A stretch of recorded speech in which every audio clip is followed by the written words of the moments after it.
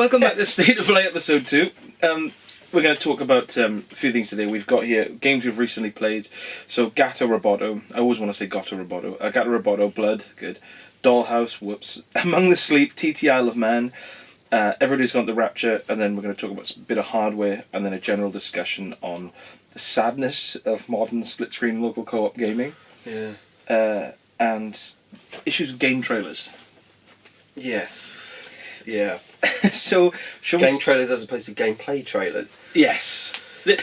Well, obviously, yeah, I was going to kick into that then. We won't digress. So we both got Gato Roboto to review. I got it for Games Freezer, Rupert got it for Nerdly, and it was both on the Switch, wasn't it? We both. Yes. Yeah. And I really liked it. Yes, and it's perfectly suited to Switch, isn't it? Really. Yeah, I played it in handheld mode. There was no reason not to. Yeah, I don't think I even played it in docked mode. I don't even have a dock. I don't even have a TV. I don't even know who you are. I suppose, really, for reviewing purposes, technically we should play in docked mode at some point, but I'm guessing there aren't going to be any frame rate issues, given the fact that it's literally monochrome. Yeah. So it's like a Metroidvania, isn't it, really? Yeah. It's quite a classical Metroid-style game in a way, although you're playing a cat. In a mech, good. In a mech suit. So you've got mech suit parts, but also cat parts. So it's a bit like Blaster Master Zero in the way that you've got like some elements where you've got overpowered suit, but then you have to get out in order to access other areas and stuff. Yeah, and you die in one hit in those areas as the cat, so if but you're more nimble, more agile, yeah, so you can kind of make it into smaller areas. I really liked it, and the music was like, I played Super Metroid on the SNES Mini, and I was comparing the sounds because it's got that weird alien ambience, but like I'm sure it's like meows. I'm sure it's like really treated like. Yeah, I think it is. Yeah. So, but it's got that really otherworldly kind of atmosphere to it, which I like a lot. It's just there's nothing really new about it. I wouldn't say. It's got the usual kind of dash functions. I think double jumps maybe. Yeah, you can shoot in 4 directions, and even a spin jump and stuff. So it's just like Metroid. You can't see my hands. Maybe I should move the camera down slightly so you can see my fists. Adjustments are needed. Sorry, slight adjustment with the camera needed so you can see me doing this. Yeah, it felt like a game that was like a refresher, because you know sometimes if you play a lot of like heavy duty games in a certain genre, or you play something that's too time consuming, you kind of get lost a little bit, and you kind of get a bit burned out with games. Yeah. Because it had that kind of illusion of different paths, but really it was pretty linear. Yes. And I quite liked that it kind of felt like a little bit of a free roam. The respawning enemies was kind of relatively mindless, but you always felt like you were making really snappy progress through it. Yeah, it was quite cleverly designed like that, because Metroidvanias can be a bit too open and just confusing to navigate, and that's tedious. And to be honest, the early Metro games were like that. It's like, wow, I have no idea where to go. So, it's good to have that illusion of... I mean, you can still explore and stuff. Oh yeah, there's secrets, you can get like things that change. It's the first game I've ever played where they have unlockable different colour palettes, and I actually went through them. I don't know why, I just found them like really tasteful. Yeah, it was very much like Downwell in that way, because Downwell's got similar monochrome graphic style, and also in that you can get the different filters and stuff, which is very cool. Yeah. Difference is that Downwell is possibly difficult, so actually achieving that. Is there an ending to it, Downwell? I have no idea. I don't think I've ever got past the 3rd level. It's so challenging. It's so twitchy after a certain point. It's so difficult. You have to be... Your reactions times... It's a great game though. And it's like £1.50 on Switch at the moment, so... Really? Is it... I don't know whether... Actually, the Devolver sale might be over by now. It was up until the 6th. There's good deals in there. Devolver Digital, very close to my heart. Yeah. If they just released Broforce and went bankrupt, they'd still be my favourite publishing house. If they release Broforce 2 at some point... Well, if they released Broforce 2, we'd be doing this without any trousers on. Yeah. In fact, we wouldn't be here at all. We'd be in the other room playing it. Yeah, I think we finished Broforce like 4 or 5 times. And I was absolutely fine with that. I would do it again, did I? Yeah, absolutely. So good. I guess it's so good game. There needs to be more games like that. Yes, so... so Gato Roboto. It is a really good game, and it's like I think I haven't finished it yet because the bosses in it are like difficulty spikes, but not like you hit a wall and think, I can't do this. It's you always either do it or get very close. Yes. And you think, right, like, I'll just have another crack. And also, I can confirm that all the bosses throughout the game, they don't have endless variations. So once you've kind of got into the rhythm of it, that's it. You will be able to beat it once you've got that rhythm. It's not like it morphs into something else. And something And else then there's just more bullets flying at you and stuff. It's like, right, okay, this is it. You get to a point where this is as hard as it's going to get. Nice. Which is good. So, yeah. The second one, which ties into a little charity event we're doing, is Blood. Night Dive Studios released. Blood was the 1997 game Blood by Monolith Software. Night Dive Studios. I think all they do is just basically remaster old games, as far as I know. And they've remastered Blood, and it has 8-player split-screen co-op through the entire campaign. So that's good. That's a good thing. Because it's a good game. Yes, it's so fast. It's so hard. We were playing it, and you kind of like, there's a door, and the two of you are like by the door, and then you open it, and someone shouts like, and you are dead. And that's it. But it's just it's so snappy. Like, you die, you come at the start, and I love how there's no checkpoints. You're constantly getting in this almost like Zen rhythm as pegging it through the level up to where you were. You kind of, you learn, because they're so labyrinthine. The levels are so complicated, and then, but then you get, you kind of memorize it, and it's like almost like muscle memory, just like right back to where I was. Jump down the dead again, right? Dead again, first shot. It is amazing. Like, you get hit by, like, I don't know, someone like fires a shotgun at you, and you're down to like 20 health straight. That's but that was on normal mode. Yeah. So yeah, just going off topic a little. Well, not off topic. Very much on topic. We're going to do a charity stream of it, probably on the 13th of July.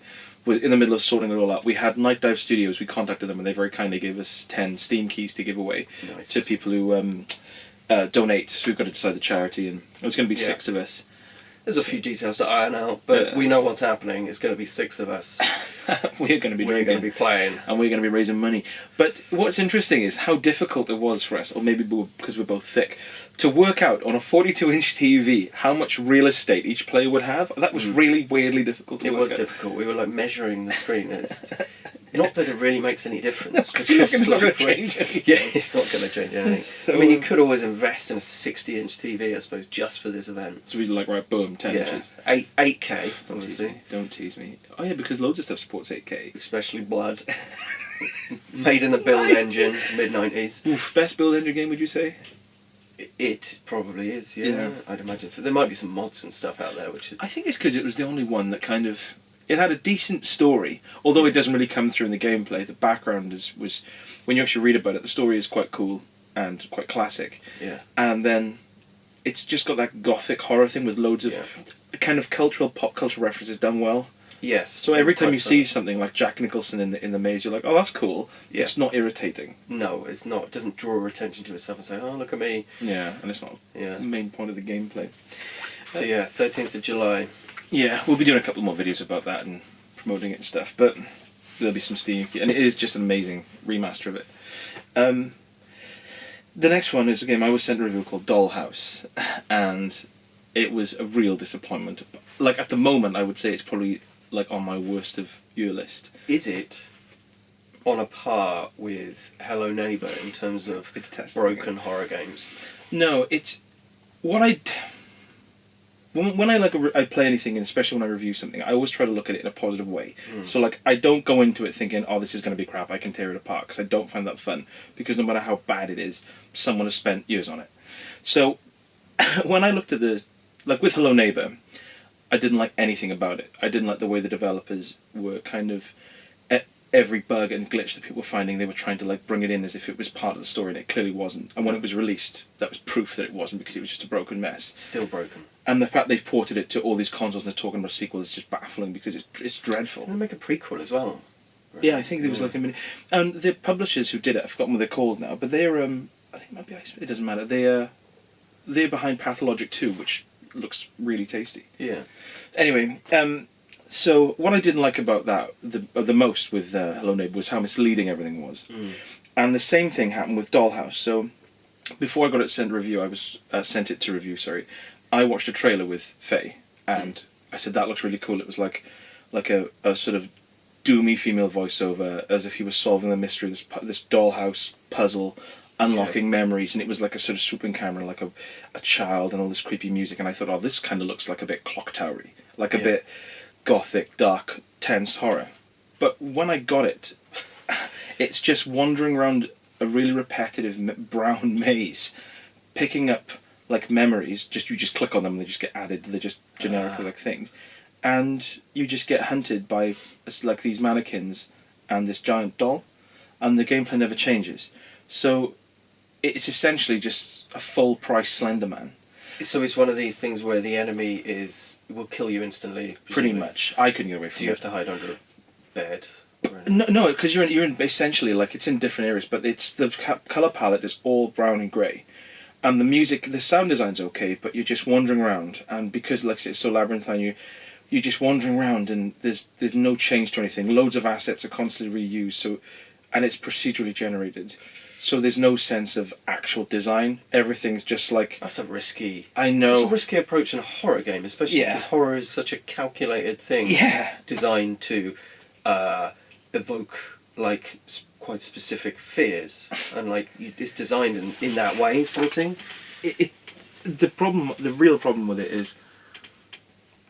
it kind of hides under the illusion of depth, where you've got the tutorial goes on for like 5-10 minutes, and it introduces all these sort of gameplay functions and how to use the health kits, and the menu screen, when you pause it, the menu screen is like 3 screens deep almost. There's like items, events, memories, and upgrades, and they don't really make that much of a difference. It's all kind of a bit cosmetic, really. Yeah, but then if you took that out and then get into the game, it says like you can sprint for like a few extra seconds, but when you play the game, it's like it's so basic. Like just going around this maze, you get chased, you avoid this thing, and there's a few aspects that are quite nice where there's a button you can unlock to see through your pursuer's eyes. Right.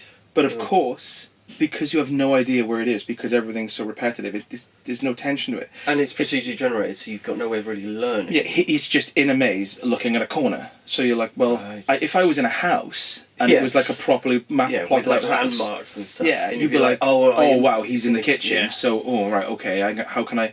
But of course, that would be a good idea. Actually, that would just be a good idea. It's a better horror game. A better horror game, yeah. By accident. So yeah, and I just didn't like how misleading the trailer was. Yeah. And it comes across as like this noirish sort of like when you load the game up, it's sort of this, and there's like this weird intro of someone walking into like a film feature, but then that doesn't exist in the game itself, apart from sort of in a really tertiary way. It's just it's really misleading, and I felt kind of cheated. Yeah. And when I looked on Amazon, it was like 35 quid. I couldn't believe it. I don't normally like, because people will pay different amounts depending on their income and stuff, however much you pay for a game, whatever. It shouldn't be a full price game. No, it doesn't sound like a full price game from what you're saying. No, it's...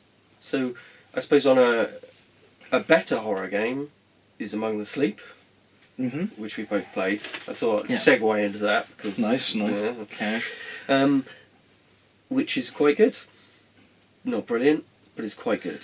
I played that on PC on like I've got a feeling it was like it could have even been like a beta build or something, because I remember it being slightly glitchy, but I'm assuming it's fine. It still feels a bit like a beta build, to be honest. Like, so the concept is that you're a 2-year-old child who's put in their cot, and the mother goes out of the room, and then there's like a big crash and something happens. And you get kind of freaked out, and you take your teddy bear, who's kind of your guide. It's quite cleverly done, so it's like it'll teach you to do stuff. And you go off into the house, and you're like, because you're a child, you're a bit kind of awkward. Yeah. And you can run for a bit if you run too far, and then you kind of stumble over, which is pretty cool. So some nice ideas, and everything's like oversized, obviously, because it's from a child's perspective. Yeah. But yeah, it's and it looks quite nice, but it is still a little bit glitchy. Nothing's quite solid enough. Like you can kind of walk through certain objects, and I found that given the fact that it was literally, a lot of it looks like a playground sort of thing, obviously if it was child's toys and stuff, it's actually very little interaction with stuff. It's a lot. I remember feeling locked off. It's like very specific what you can and can't interact with in the house and in the kind of dream world, which is quite well designed. And that, I mean, the puzzle's pretty simple. There's a bit of hiding and sneaking. But that's brief, if I remember. It is pretty brief, and it's not that difficult. It's not like Alien Isolation where you can just instantly die just from walking past a cupboard, or like the aliens like hiding in a desk drawer or something, and it's like hiding in a drawer. Yeah. Like what's in this thimble? So yeah, it's quite straightforward. What I liked it, and it was very atmospheric, and it is quite creepy, and it's got a cool ending. like the final bit, which I won't spoil, but it's actually quite kind of, actually does have some sort of emotional impact, so that's good. Without it being tediously bogged down with story, cutscenes. I kind of feel like it's because this is a remaster, because the original came out in 2013, but it doesn't really feel that much more advanced than 2013.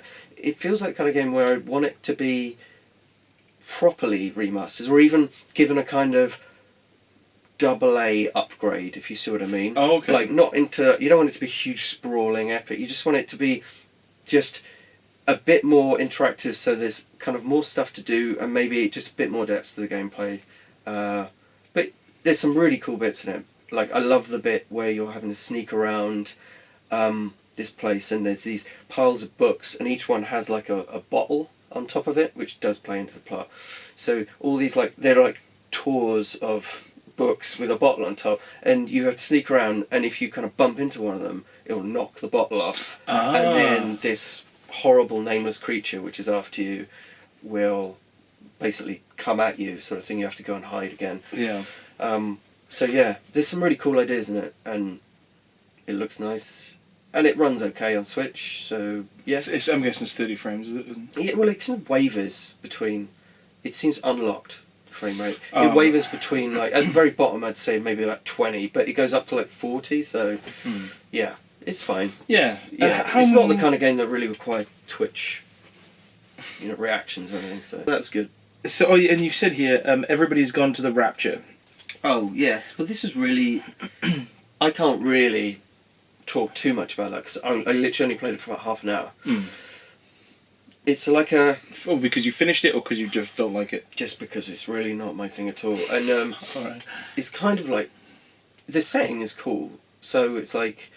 You're in this... It's almost like post-apocalyptic. Is it like Yorkshire or something? It's Somerset, which is brilliant. Of course it is. So it's like Fallout meets The Archers, and I'm sure that comparison has been made before, because the stories you kind of uncover along the way are kind of these floating weird memory things which come alive. So like beads of light, you interact with them, and then a story will play out in front of your eyes, and it'll be like a couple of the locals going on about how someone down the road has just had a baby or something. It's like really kind of mundane stuff, but you're picking up bits of the plot supposedly. Anyway, it looks really, really tasty. Weirdly though, even on PlayStation Pro it had performance issues for some reason. I'm not quite sure why. But the thing which I wanted to discuss coming out of that was the fact that it's so story led. Like, to the point where you trigger these memories, and like the rest of the world will go dark, almost like you're not allowed to explore at that point. You've got to sit there and watch what's going on, this piece of the story. And it's like, so you basically, all interactions taken away from you briefly, and it's like, and it's completely open, so you can pretty much go anywhere.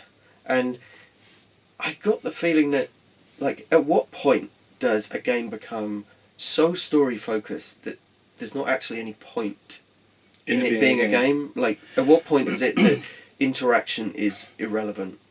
And because I'm sure there are people who love those sort of, like, games by the Chinese Room, who've done other so-called walking simulators, but I just thought, well, wouldn't it be just better to have like I don't know, like even a radio play would probably work alright, or I don't know, just an animated series or something? Is there any reason for me to be walking around this place, this slightly dull Somerset village? Yeah, with those games, when they're the walking simulators, I got in quite early with them. So my experience with them was Dear Esther, the very first one when it's like, and I remember playing that. Is that a Chinese Room as well? Yeah, I think that was the first game. So I played Dear Esther, and I remember enjoying it, but it was the first time I played a game of that genre, and before they were even called walking simulators, and it was just like an adventure game. And I played it and thought, oh, that was quite, a nice little mood piece. It was like, but then I'm not the kind of person that when they say if you play through a game multiple times, it'll be slightly different. Yeah. I'm done. When I play a game once, I'm like, well, I don't want to go through it again just to hear like some slightly different voiceovers. I feel like I've got my bit of the story, what I needed from it. And after that, I played Amnesia Machine for Pigs. Oh. And that was a game that Faye suffers from motion sickness with like 3D games. Yeah. So if it's too fast or if the graphics aren't quite sharp enough, she just really struggles with it and She can't. would hate blood. It's just spinning in a circle Well, and maybe that's looking up different. and down. Not 3D. Yes. You look up. So, like, one of her favourite games, because it was the game that got her into sort of being able to enjoy 3D games because it was quite slow, was Mafia 2. Amazing soundtrack. You're driving around, of course, the cars are all fought, it's quite slow and it's quite like narrative driven. So, right on after that, she was obviously like, I want to play, more of these games. So I got Amnesia Machine for Pigs. And that is good because it's a few hours long. Yeah. And it doesn't, unlike the other games, I don't think it's by Chinese Room, but similar, the Amnesia games themselves. Yes. There's too much hiding and not being able to attack enemies and that for me. Like, I don't find it scary when you're hiding behind a crate waiting for like something to walk past. Like, for the first few minutes it is, but I don't ever get that immersed that I don't feel like that's the I'm core bored. gameplay. Yeah, I just get bored very fast with that. So with Amnesia Machine for Pigs, it's almost like a lot of the stuff is kind of inferred. Like, you'll see something or hear these sounds, and then the story kind of comes together and it ends, and I'm just like, right, I'm happy with that. But there's a few games when walking simulators aren't done properly. Well, I feel like it's a genre that has already run its course. Like, I've been playing a lot recently of, not through choice, but being sent them. They're called relaxation games, and one's called Feather, and you play an eagle flying around an island. And if you fly through these like 8 hoops, it changes the soundtrack. And I played one called Refunct, which is slightly better because it's again ambient music, really smooth, I think 60 FPS, and it's like you're in a world that's grey, and you basically platform jump first-person perspective, and you bring colour back to the world. Yeah. And then after an hour, it's done, boom. But they all feel like tech demos to me, and that's what I get from walking simulators, like the Vanishing of Ethan Carter. I never feel like I'm always waiting for something to happen. Yeah, that's the sense I got from everybody goes to the Rapture. Everybody's gone to the Rapture. I'd be intrigued to see who, sorry to interrupt, but who loves those games and why. Like, who says, oh, that's my genre, that's what I go for. That's what I'm interested to know, is like, from someone who's come from like early gaming, which was obviously quite arcadey, didn't really have that reflective style of game back then, and like, to me, I don't feel it's targeted at me at all. No. It seems like I would imagine that it'd be more suited to someone who's convinced that they don't really like video games, but is trying out video game for the first time and is kind of easing their way into it. So it's like, okay, I can kind of like just wander this world without any kind of like threat. Yeah, absolutely. And it's just wandering, like kind of like, I suppose Myst or something like that did it first, but then that had quite specific logic puzzles in it. Logic is a broad term. So, but it is interesting. It's clearly everyone has their own tastes, and I would say, if it's fine if people like that sort of thing. It's just absolutely not for me, and I do question whether video games are the right medium for that kind of storytelling. Yeah, absolutely. It's a good point. I mean, I don't play enough of them to, but then again, I know we always bring this up because it's such a good point of reference. But Alien Isolation, when I played it, I thought, this is really pretty. I just wish the alien wasn't there. And then it got like 97% reviews and 9s out of 10s, and I thought, obviously some people just like hiding in cupboards. I don't. Yes.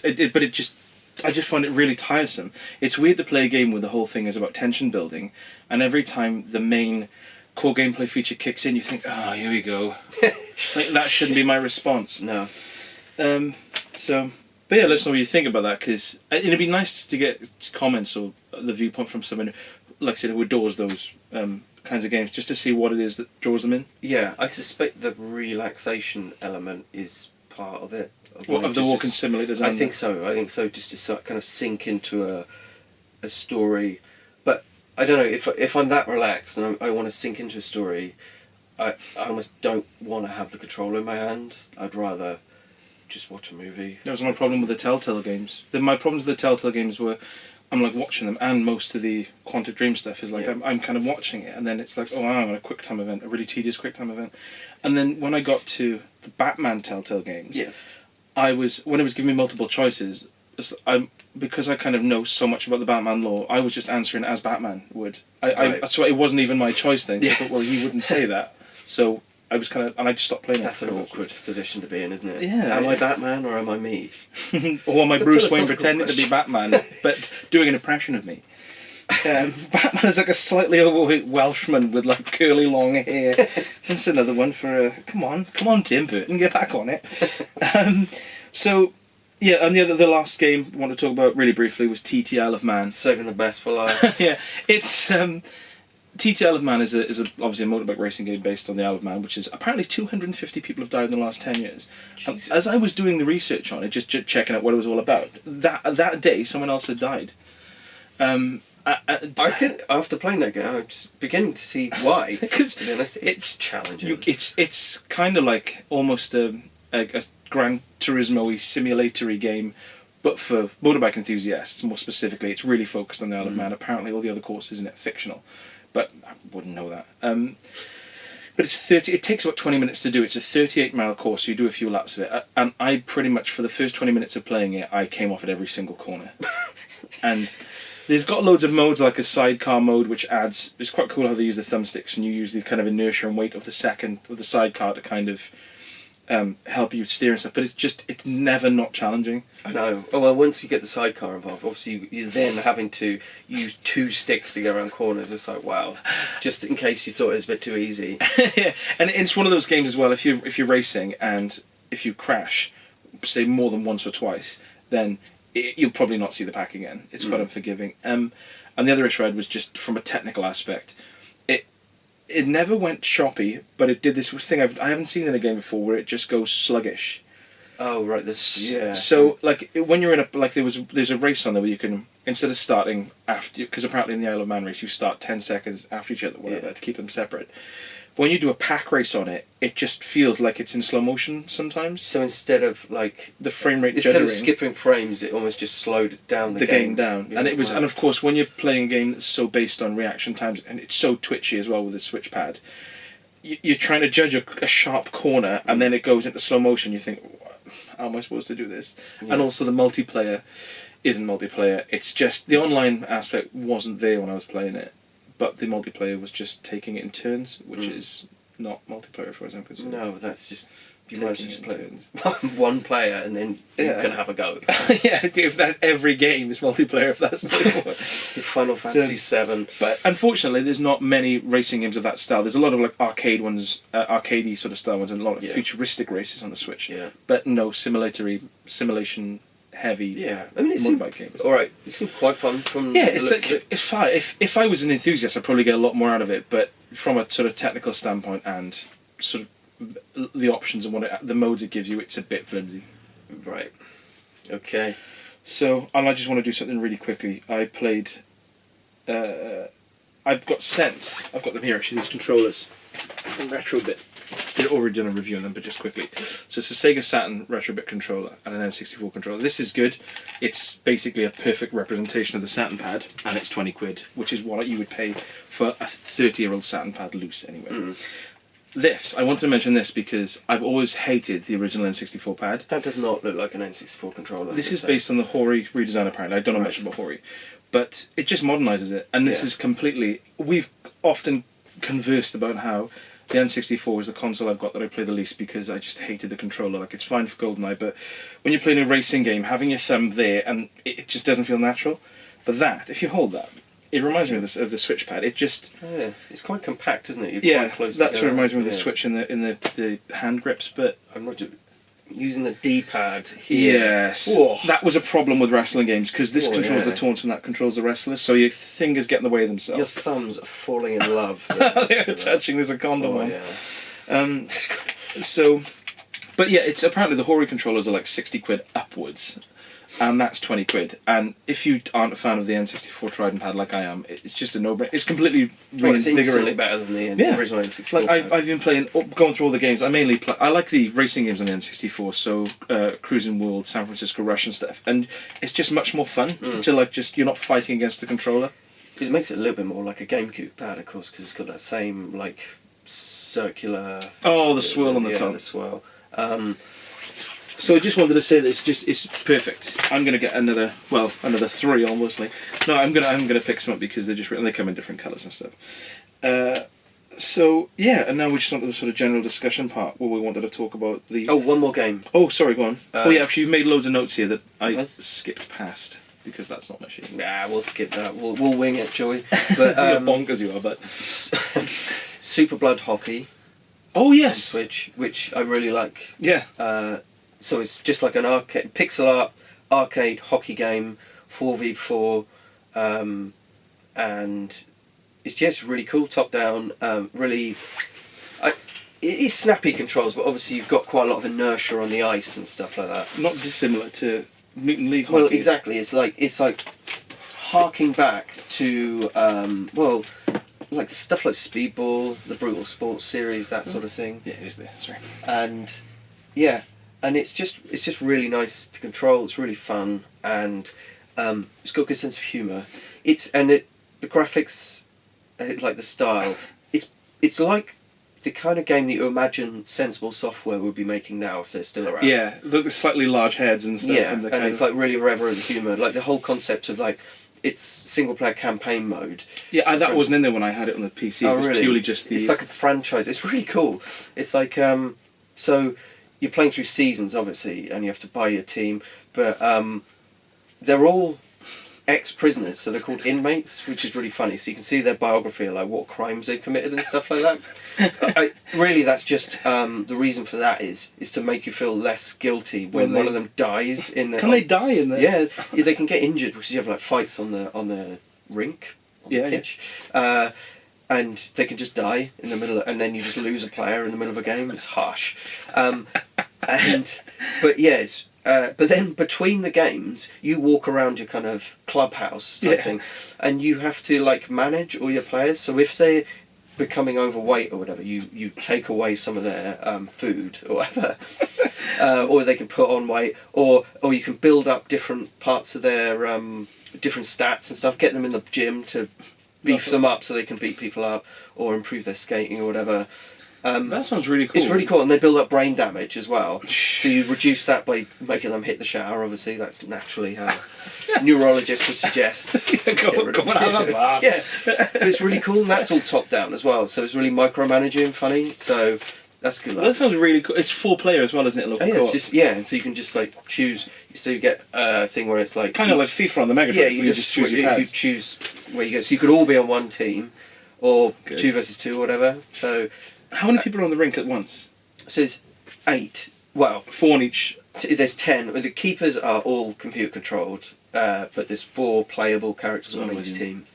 So yeah, it's really nice as well because when that was released, it must have been about 2 or 3 years ago. I reviewed it on the PC and I really liked it. But one of the points I said at the time was it was very arcadey, as in like there's no real modes beyond just playing. And it's good to see that. I think the guy who's developed it's a single man team, and that he's added all this franchise mode and stuff, and he's continuing to promote it. And I'm really glad that it's doing well. Yeah, I hope it gets a second wind on Switch because it is really, really cool. And I wonder if we'll play that at some point, 4-player. I think we probably couldn't we? So yeah, the sadness of modern split screen and local co-op gaming, and how on the Switch and PS4 there are lots of local co-op titles, but they're very arcadey. There's nothing in depth that you can, apart from like Diablo.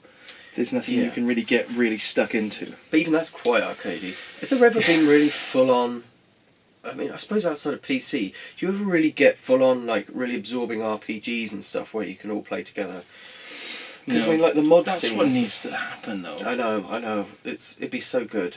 Because I can't think of anything really. I mean, when I think about stuff like. What I like with co-op games is for there to be a campaign, like Left 4 Dead 2, like Left 4 Dead 2. Yeah.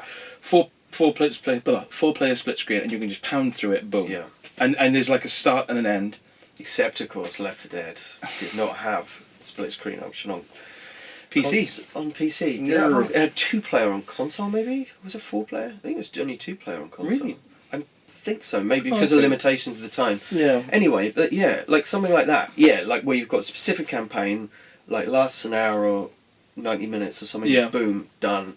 Which is why Blood is so amazing, because of course you can play through the whole thing. Yeah, and it's like a good 15, 20 hours. So we're not really talking about deep RPGs, but just something with depth where you can progress. Like, rather than just like, bang, we'll have like a quick game, single screen, arcade game, whatever. Yeah. You want something where you can progress together. Yeah. Or anything with it, and something with a save game mechanic, so you can kind of continue because I suppose like what should happen is that what was that amazing zombie game on the Switch that was burning to be four? Death Road to Canada. Death Road to Canada. If that was 4-player. Why was that not 4-player? So it's such a good game. Literally, you can have 4 people in your team. Can't Yeah. You? Or 3, is it? No, 4. I think 4. Yeah. And yet you can only play 2-player. It needs the sequel. Bizarre. Yeah. So, because I was talking to my brother and my cousin about this, and because they meet up every Monday and like have a bit of a gaming night, and my brother was saying that they're so desperate for like any kind of decent local gameplay that they've got this game. I don't. It was called something like it was like racing game or something like that, and it's literally super sprint, top down, like single. And they played it hours because they said it was like really fun, and and they were getting more into. And it was telling how the stuff they enjoyed the most was the more simplistic fare. Like, and I was thinking about games like Outwards, which is middling reviews, but apparently a full 2-player split screen RPG. Right. So I haven't played that yet. I'm going to look into that. Yeah. My friend Chris comes over every now and again, and we usually play co-op stuff, and even stuff like Haze. Yeah. Where it's obviously a single-player campaign, right? Which is like really tedious in single-player. You chuck in local co-op, and it's a good game. Exactly, it instantly elevates something. Something so mediocre like Haze, and yet it's just fun. It can only be for Aliens, Colonial Marines. Yeah, like a terrible game. Local co-op, brilliant, absolutely brilliant. Good laugh. Yeah, because of course, if you're playing a game that's like boring by yourself, it's just boring. But when there's 2 of you, can just take the mick out of it and just kind of just don't take it seriously and have some fun with it.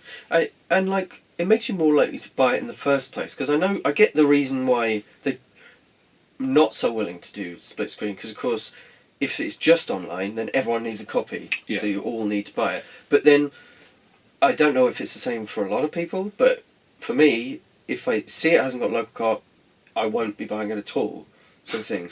Whereas whereas if it did, then I would be like, okay, well there's a copy sold, sort of thing. And you might even buy a copy as well, so that we could play it either at yours or mine. So then you've got 2 copies. Yeah, sold. I don't see what. I know it's a bit of more effort, and then you might have to downgrade graphics. Don't care. So, but it just. I don't. You can still have the online element. It doesn't have to still be get removed. those sales. It's not going to eat away at the sales of the online element, because there are people who only play online, which is fair enough. I suspect that a lot of younger people who were never brought up on local co-op or local deathmatch and stuff like that wouldn't even consider it as a kind of requirement or even a desired kind of feature. My nephew came over. This is going back about 2 or 3 years. He's a bit older now, but I put on a split screen game. I can't remember what it was on the PS3, and he was playing it with me, and he said, "Why are we playing on the same TV? The screens are really small." And I thought, that doesn't matter. Okay. But like, you think it just wait until you play 8-player Blood on a 21-inch CRT? Young man. But it is true that they just like, why would we do this? Why? And I think it is. I don't know if it's an age thing, but I don't understand why you would not want 4 friends together playing a game. It's like something that looking at each other's screen to see where each other are. It's something that just can't be replicated through online gaming, and it's no. And I just think that like when you're having, like at the moment I'm playing the remaster, which is really good, of Obscure, and that's a game from 2005. And the fact that like I'm looking through history to find like a half decent local co-op game that kind of has a story to it, it kind of says all that it needs to, because there's no. Do you think it's because of the money side of it that people aren't doing local co-op because they think they can just sell? Maybe, but I suppose because online is so big, it can pay for itself. And also, of course, so much is going towards games as a service type thing, where they can have constant updates. I mean, obviously you can still update through patches and stuff, but I guess the online community is what these publishers are wanting in the first place. Yeah. Like, it's not the same thing as having a local co-op community, because that doesn't really, it's not really a thing. I mean, like, that's a community of 4 people in a room, whereas online is going to be a community of thousands. When they released that, what was that game called? A Way Out or something? I think it was called The Way Out. The Way Out. Played that, finished it in like 4 or 5 hours. So that's the one where you're prison escape. Yeah, and you have to work together. Really basic gameplay. Quite a tedious story. Yeah. An ending that doesn't make sense. And like really functional gameplay. Hang on, I'm just going to order it now, I think. Brilliant. Because it was like, actually, you could tell it was designed for 2 people. And we played it. I sold it, I kept it afterwards. But, sold it afterwards because I'd never need to replay it again. But it sold millions. And I think it's because it shows there's a hunger for like a decent local co-op. Kind of like that Brothers game, which is ported to everything. Yeah. Because... Tale of Two Brothers. Tale of Two Brothers? Is that the one you control different ones with thumbsticks? Yeah, that's really cool.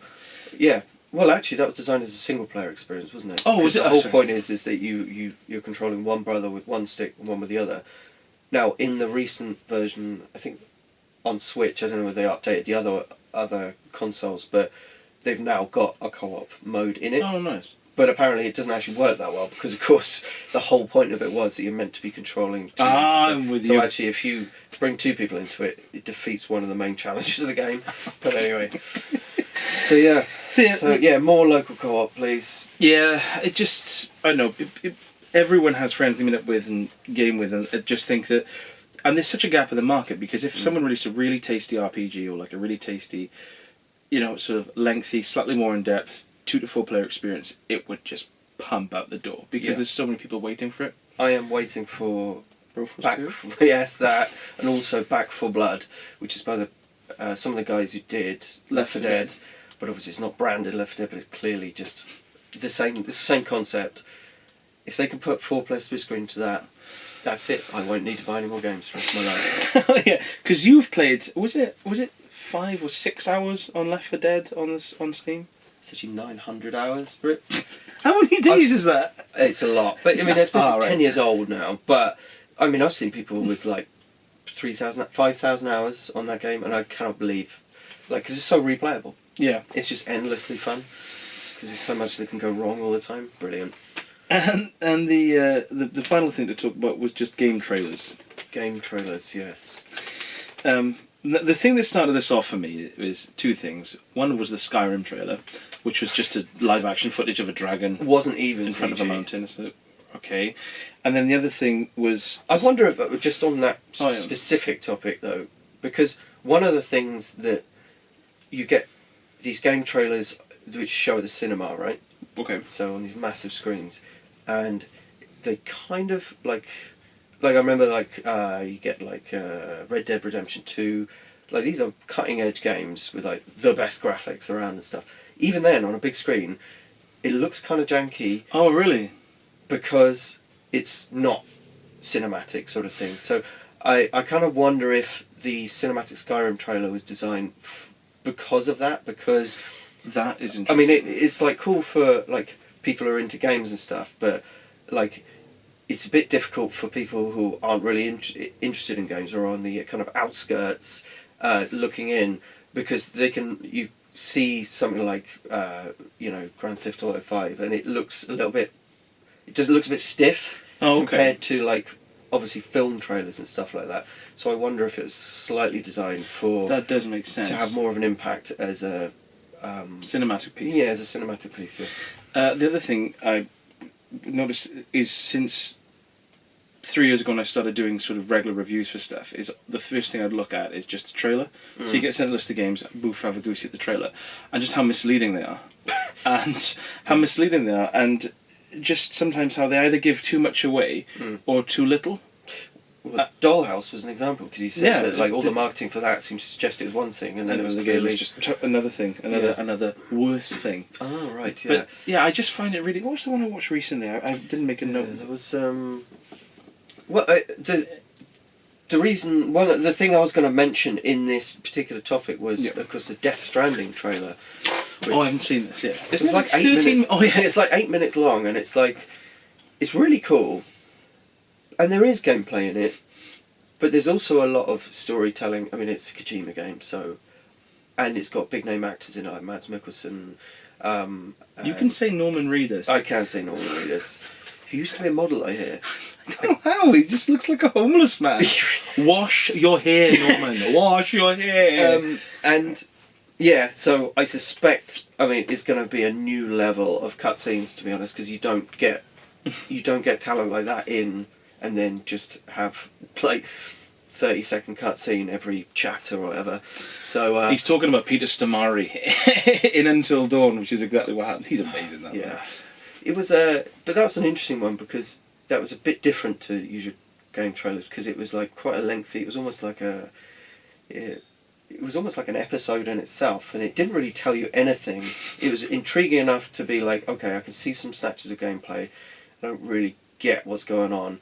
I could see some storytelling, but it's so fragmented that it's like it was effective because it was intriguing.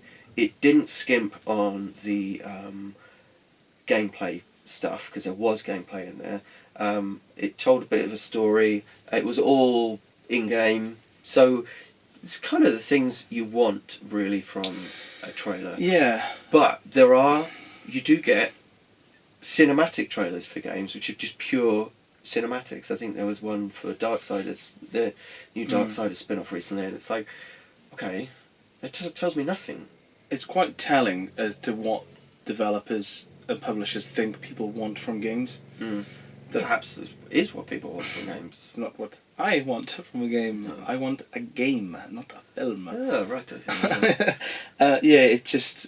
But that Death Stranding does sound cool. I've seen a lot of people just attacking it, but I never pre-order anything, so I've got nothing at risk on the table, if you know what I mean. No. It'll come out, I'll watch some gameplay footage of it and then make my decision. And I'm not a massive Hideo Kojima fanboy, so I've got no horse in the race, Rupert. Yeah, trailers are quite a tricky one. Like, what really turns me off are the ones you get on Steam when it's like some indie game, and it's a pixel art indie game, and you'll have like, it'll open, it'll fade in, and it'll be like a kind of silhouetted forest or something like that. And there'll be one leaf floating down, there'll be this music, like soft music. I'm like, just get on with it, please. And then it'll be like, someone walk into a room, like as in top-down Zelda perspective. They'll walk into a room and they'll say something profound, fade out again. It's like, show me some gameplay, for the love of God, show me some gameplay. Just tell me what am I paying for? Well, yeah, what will I be happening? playing when I play this game? It's a real tricky thing to do because I suppose you want to get some sort of mood going. Yeah, but really, I don't. It depends, I suppose, if you really looking at it from a perspective of I want this game to tell me a story. What I want to know is what am I going to be doing while between the story bits. Yeah, you know, like what is the core gameplay? Well, I think the cutscenes are there to kind of add to the game. So the main bulk of it is the game. So they should be flipping that around and saying this is what you'll be doing, and then a flash of a cutscene every now and again. Yeah. So because half the time I end up like flicking through the different videos, looking for the one which actually shows me what the gameplay is going to be. Yeah. What would you say is the best game trailer you've ever seen? I don't. The worst one I've seen was that Soccer Champ on the Switch. Oh my god. It's unbelievable. It was like advertising that it's broken. Yeah. It was like, what? It just looked so janky. It was like... It's like, here's a video showing all the bugs in our game. Yeah. It's like, it must have been a joke, I don't know. Iron Cryptical was a good one because it was like Doom, and it was just showing like 4-player local co-op. Basically, it said 4-player local co-op. I stopped the trailer and said I'm buying it. Yeah, but that was good because it was just like, it showed like the boss things, and it was like the music was quite intense, and it was flashing between all the options, and I really liked that one. That was the first one that popped to mind. I watched that and I thought I really want to play that because it's 4-player local co-op and it looks really cool. So that did its job for me. What about you? What would you say is? It's a tricky one because I don't really... I'm not sure don't put any stock in trailers. No, I just want to know if I like movie the trailers. I love them, and I think there's an art form to it, and there's some great classic trailers which you see with a movie. You can just create a mood. You can just give a general because sense you are just going to what be you're going to be watching feeling when you watch the movie, sort of thing. Like for example, if you look at like the original trailer for Seven, David Fincher's Seven, which was. It was like a ticking metronome, and it was just really creepy, and it gave you the basics of what the story was going to be about, but it was such a mood piece, and and it just got you intrigued, for example. So that's a classic film trailer. That's what a film trailer should do. They probably call it a teaser now, although teaser trailers now tend to just be trailers for some reason. Yeah, and I suppose from like gaming point of view, It's tough, isn't it? It's tough. I mean, I like the Breath of the Wild trailer. I thought that was very impressive. Actually, that was quite cinematic, although it was all in-game footage, if you see what I mean. But it was very grand. The music was perfect, and it was quite emotive. It gave you a sense of what your quest was going to be. So that was a very good trailer. But then you've got to separate it from the hype as well. Like, yes. Like whatever they showed of that game was always going to be exciting for someone like me. You didn't mind that game, did you? I thought it was alright. It was very good. Very, very good. We've only got 2 minutes of footage left, sadly, so I'll wrap it up a little bit. But next time we do this, hopefully next weekend, I've got I'm playing a load of games at the moment I've been sent, so there's going to be a lot of that. And I'm going to think about trailers as well, because that's an intriguing question. What I might do is look on my favourite games, look at their trailers. And just see, because I don't put, like I said, I don't put any stock in them. I just want them to not be tedious. I want them to actually show me gameplay. That's all I care about. Yeah, well, maybe look back at some of your favourite games and look at what the trailers wasn't it? Because you're going to know it so well. It's like you'll be able to tell. Would that have attracted me to that game in the first place? I'm wondering if the trailer for Deus Ex: Mankind Divided will come across, like I think of it now, it's just like a really tedious rehash of a load of ideas that have already been covered in a slightly more boring setting. I hope so. I mean, that could be the tagline. It's going to save me 40 quid. That game is mildly disappointing. I loved Human Revolution, and then when I saw Mankind Divided, I was playing it, and I thought, I just don't care. I did play through all of it. Yeah, but then I got to the final boss, and I just thought, and once he knocked me back a couple of times, I just thought, I could push through, but I don't care enough. No. I just don't care enough, so, yeah. That was so... It wasn't... If that was released after Deus Ex Invisible War and then they released Mankind Divided, I probably would have looked at it. But Human Revolution is a game I've played through 3 or 4 times because I just really like the voice acting in it. It's just a load of men growling and huskily at each other, which is perfect. But I wouldn't... It basically killed the franchise. I just think they released it, everyone was like, meh, and that was it. They haven't really done anything since. You've got 30 seconds left to say something really, really profound. Oh, Game of the Week. Ooh, Super Blood Hockey. I was going to say, Super Blood Hockey is a classic. It's great. And I keep playing it, and it's addictive, and also 12 seconds.